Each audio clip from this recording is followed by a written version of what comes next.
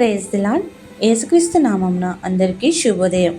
యేసుక్రీస్తు శిలువ శ్రమల ధ్యానములలో పాల్గొంటున్న దేవుని విశ్వాసులందరికీ వందన మరణాతులు తెలుపుతూ నేడు శిలువ శ్రమల ధ్యానములలో 36వ దినంలోనికి వచ్చిన్నాం కనుక ప్రతిరోజు యేసుక్రీస్తు శిలువపై పలికిన 7 మాటలను ధ్యానించుకుంటూ ఆశీర్వాదాలు పొందుదాం. ఈరోజు 3వ మాట, 4 మాటలను ధ్యానించుచుందాము. మార్చి 31వ తేదీ 2026 పరిశుద్ధ మంగళవారం కొరకు ఏర్పాటు చేయబడిన ఈరోజు దేవుని శిల్వ వాక్య వాగ్దానం. 3వ మాట యోహాను సువార్త 19వ అధ్యాయము 25-27 ప్రకారం, అమ్మ ఇదిగో నీ కుమారుడు, ఇదిగో నీ తల్లి. ఆమేన్. 4వ మాట మత్తయి సువార్త 27వ అధ్యాయము 46వ వచనం. యేసు ఏలీ ఏలీ లామా సబక్తా అని బిగ్గరగా కేకవేసెను. ఆ మాటకు నా దేవా నన్నెందుకు చెయ్యి విడిచితివని అర్థము. ఆమేన్. ప్రియమైన దేవుని జనాంగమా, యేసుక్రీస్తు తన మొదటి మాటలో తన తండ్రికి విజ్ఞాపన చేసెను. 2వ మాటలో చివరిలో కూడా తండ్రి అప్పగించిన రక్షణ పనిలోనే ఉన్నానని శిలువ మీద అవిశ్వాసి అయిన దొంగను రక్షించెను. ఆయన జీవపు మాటలైన వాస్తవ పలుకుల్లో 3వది అమ్మా ఇదిగో నీ కుమారుడు అని తల్లితో అనిన మాట. ఈ మాటల్లో కుమారుని బాధ్యత కనబడుచున్నది. ఆ విధంగా ఉండాలంటే పిల్లలపై ఆధారపడి ఉండే తల్లిదండ్రులను కుమారులు కుమార్తెలు గౌరవించేవారిగా ఉండాలి. తూలనాడకుండా దూరం పెట్టేవారిగా ఉండకూడదు. తల్లిదండ్రులను గౌరవించి సన్మానించమంటే అన్నింటా బాధ్యత కృతజ్ఞతా భావనతో వారి మాటకు లోబడే వారిగా ఉండటమే సన్మానించడం. యేసుక్రీస్తు శిలువపై పలికిన 3వ మాటలో కుమారుని యొక్క బాధ్యతగా అంత శ్రమలో కూడా యేసయ్య అమ్మ కోసమే ఆలోచించారంటే మనకును అట్టి బాధ్యత నిర్వహించమని చెప్పారు. మరి ఎందుకు ఆచరణలో పెట్టలేకున్నామనేది ప్రశ్నించుకోవాలి. ఇతరులు ప్రేమ కలిగి ఉంటారు, కానీ తల్లిదండ్రుల పట్ల ఆసక్తి కలిగి ఉండరు. 4వ మాటలో దేవుని కుమారుడు దేవుడైనను మానవ మాతృనిగా నా దేవా నన్ను ఎందుకు చెయ్యి విడిచితివని పలికి ఉన్నారు. రాత్రంతా నలిగిపోయిన శరీరము, చీల్చివేయబడి రక్తదారులుగా కారిన శరీరమునకు సత్తువ ఉంటుందో లేదో ఒకసారి ఊహించండి.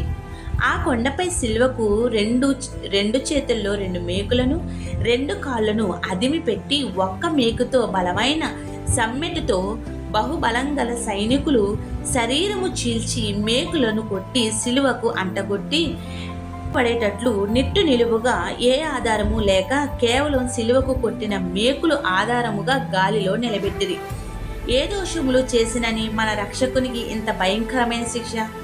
మంచి మార్గములు, సువార్త మార్గములు, దేవుని మాటలు బోధించి నశించిపోతున్న వారిని వెతికి రక్షించాడు. అది సిలువ వేసేటంతటి నేరమైంది.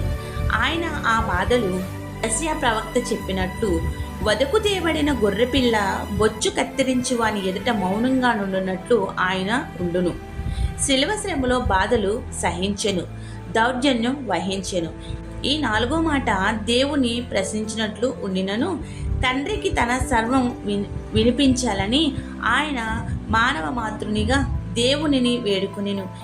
ఈ మాట శిలువపై పలికినప్పుడు గెత్సేమనే తోటలో కూడా ప్రార్థనలో సాధ్యమైతే ఈ గిన్నెను నా నుంచి తొలగించమనే దానికి కొనసాగింపు కనబడుతుంది.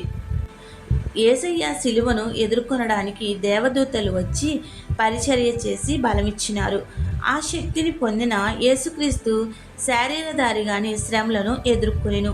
ఈ మాటలో మనకు ప్రార్థన నెరవేరినట్లు ఉన్నది. మన ప్రార్థనలు ఇంకోసారి ఆలస్యం అవుతున్నప్పుడు నా దేవుడు నన్ను వదిలివేశాడని, నాపై దృష్టించలేదని మనము కూడా దేవునిపై భారంగా మాట్లాడతాం కదా. దేవుని ఆరాధించే మనకు కలిగిన కష్టనష్టములు, శ్రమలలో విజయం పొందగల స్థితిని శిలువ శ్రమలను ధ్యానించడం ద్వారా 100 అంతలుగా పొందుదుము గాక. ఆమేన్. ప్రార్థన. యేసయ్య పలికిన 7 మాటలు నేటి దిన శిల్వ వాక్యంగా మాకు వినిపింపజేసిన నాదా, ప్రేమ స్వరూపు నీకు వందనములు చెల్లిస్తున్నాం. నీ వలె నీ ఇరుగు పొరుగు వారిని ప్రేమించమని ఆజ్ఞ ఇచ్చిన ప్రభువా, నీ ఇరుగు పొరుగు వారిని ప్రేమించమన్నావంటే తల్లిదండ్రులను వదిలేసేవాడవుగా గాక, తల్లిదండ్రుల కోసం కూడా ఆజ్ఞ ఇచ్చిన విధానానికి నీకు స్తోత్రములు. నీ కుమారుడు యేసుక్రీస్తు వారి యొక్క తల్లి బాధ్యతలను మానవాళికి తెలియజేయాలని శిల్వ శ్రమలో కూడా 3వ మాటగా పలికించినందుకు కృతజ్ఞతా వందనములు.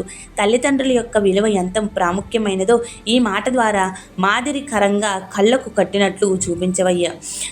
తల్లి బిడ్డ బంధమే నీకు మాకు ఉన్న బంధం గనుక ఈ బంధం భూలోకంలో ఉన్నంతకాలం నీ రాజ్యమునకు వచ్చిన తర్వాత కూడా కొనసాగించే స్థిరమైన విశ్వాసము మాలో పెంపొందించుము.